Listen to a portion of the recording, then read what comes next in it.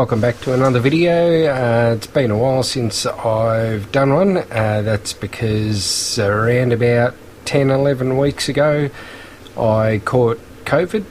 Managed to avoid it for 5 years, but my daughter brought it home from kindergarten and it went through the whole house.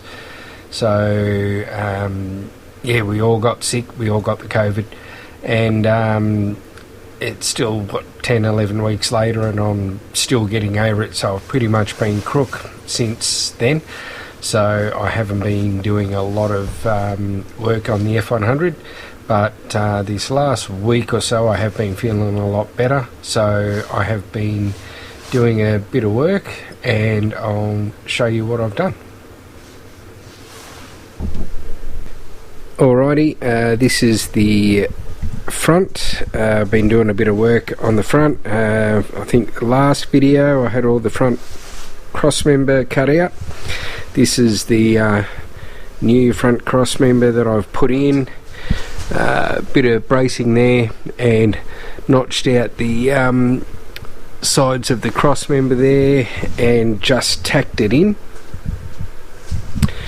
Coming around to the back where I've been doing most of the work, I've put the 4-link front brackets on, tacked them on both sides of the chassis. Obviously hooked up the 4-link bars. I've mounted the coilover shock spring mount as well onto the chassis.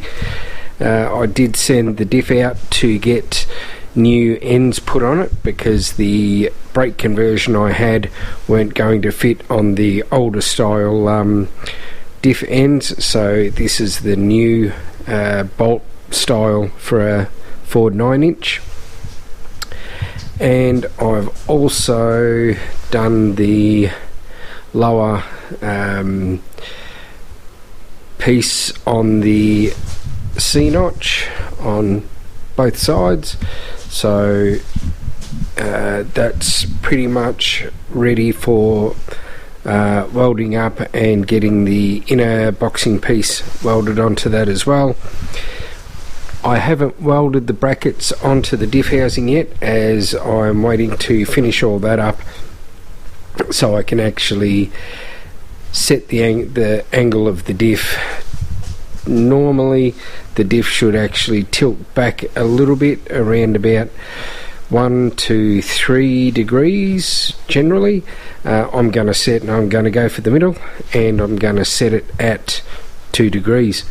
But as I said, I want all of this all welded up first so I can actually sit it down on the springs with the weight of the car on the springs and on the brackets and that themselves, so I can actually set the pinion angle for correct ride height. You'll see this thing over here, that's a recent purchase, but that's for later. But as for this video, yeah, not a lot to say. I have spent a lot of time measuring up the brackets and where the coilover top mount's going to go.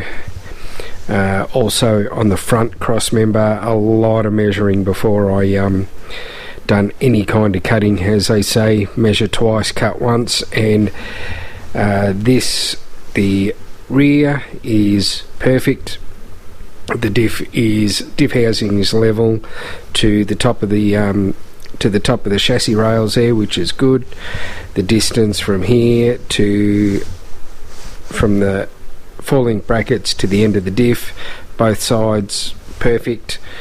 The front cross member, the driver's side is pushed back about 1 millimeter, so I'm going to call that pretty much perfect. Level wise, it is level with the chassis. From memory it was 0.2 of a degree out I think the passenger side was higher by 0.2 of a degree, and so therefore the cross member level across is also the same. So that's going to be pretty much perfect.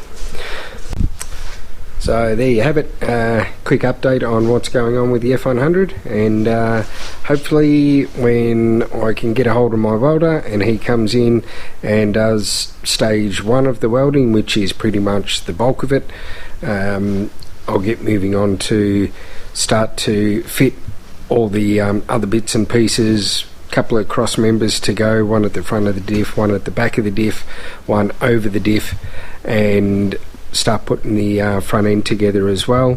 But while I'm waiting for the welder, I'm going to start doing a little bit of work on the cab. There's a little bit of rust in the cab, so I'll start looking at that. It's only very small piece, so it won't take me long, and I will probably look at starting either the wiring on the cab, or I'm going to start on the seat mounts. So I'll see how I feel when I come to it. Alright, thanks.